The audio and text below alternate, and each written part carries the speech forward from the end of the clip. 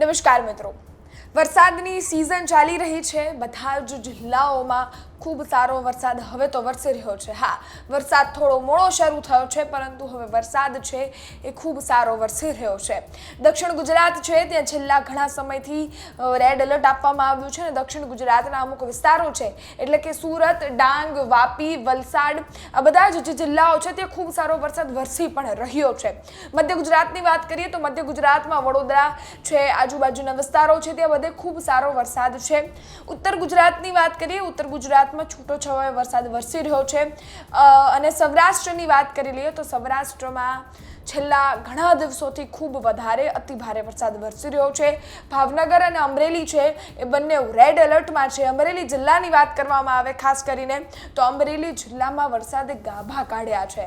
અમરેલી જિલ્લાના અમુક તાલુકાઓ છે ત્યાં ખૂબ વધારે વરસાદ વરસ્યો છે અને હવે ત્યાં એમ લાગે કે આ એક જ સિઝનનો બધો વરસાદ ત્યાં વરસી ગયો છે। જૂનાગઢના માંગરોળમાં એવી સ્થિતિ જોવા મળી, 40 ઇંચ 2 દિવસમાં વરસાદ વરસ્યો અને એવું લાગે આખી સિઝનનો વરસાદ એક સામટે ઉપડી ગયો।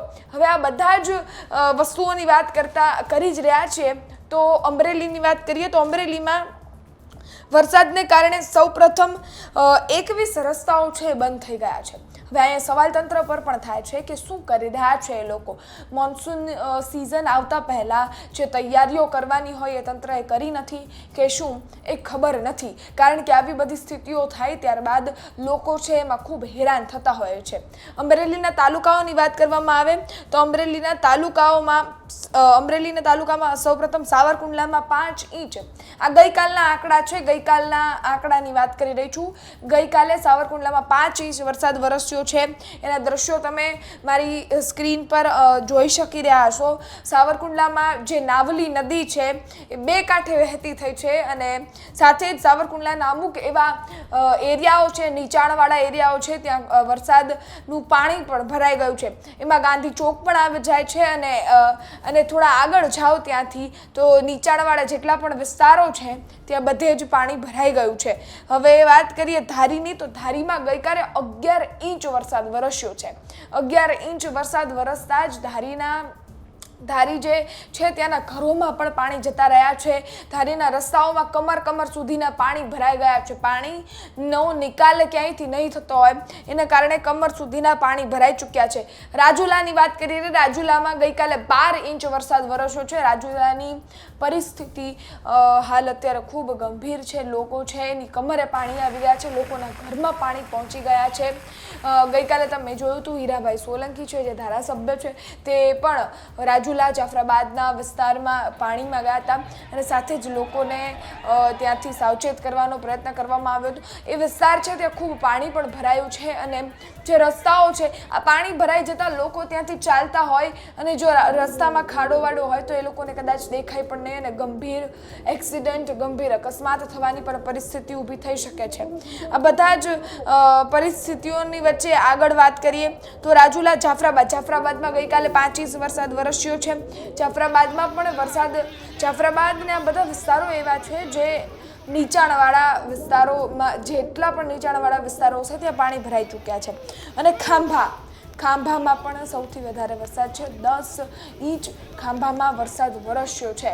10 ઇંચ વરસાદ વરસતા ખાંભાની પરિસ્થિતિ એવી ખૂબ કફોડી છે। લોકો ખૂબ હેરાન થઈ રહ્યા છે, લોકોની ઘરવખરી નદીની જેમ વહી રહી છે।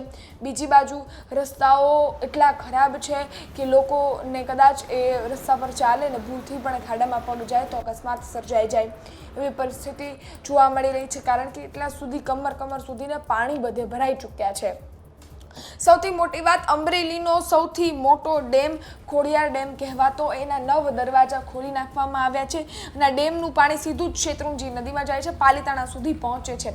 આ અમરેલી જિલ્લાનો સૌથી મોટો ડેમ છે અને આ ડેમના 9 દરવાજા ખોલી નાખવામાં આવ્યા છે, એટલે તમે વિચારી શકો છો કે અમરેલી જિલ્લામાં કેટલો વરસાદ વરસ્યો છે। એનો પાણીનો નિકાલ કરવા માટે કે જેટલા પણ રસ્તાઓ ઉપયોગ કરી શકાય છે બધા જ હાલ થઈ રહ્યા છે।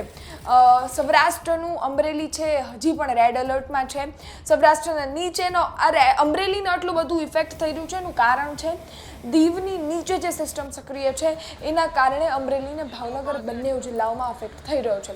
દીવ છે એ દરિયાઈ વિસ્તાર છે, એની આગળ તમે જોશો તો પોરબંદર, દેવભૂમિ, દ્વારકા બધા દરિયાઈ વિસ્તારો છે અને દીવની એક્ઝેક્ટ નીચે એક સિસ્ટમ સક્રિય થઈ છે. એનું ટફ છે એ અમરેલી સુધી અને ભાવનગર સુધી પણ પહોંચે છે અને એના કારણે જ આ વરસાદ છે એ આટલો બધો વરસી રહ્યો છે અને અમરેલી છે એ રેડ એલર્ટમાં છે. વરસાદના તમામ સમાચાર તમારા સુધી પહોંચાડશું. તમારા તાલુકામાં, તમે અમરેલી જિલ્લામાં રહો છો તો શું પરિસ્થિતિ છે અને તમારા તાલુકામાં શું વરસાદ વરસી રહ્યો છે, કોમેન્ટ બોક્સમાં કોમેન્ટ ચોક્કસથી કરજો. તમારા અભિપ્રાય અમારા સુધી ચોક્કસથી પહોંચાડજો.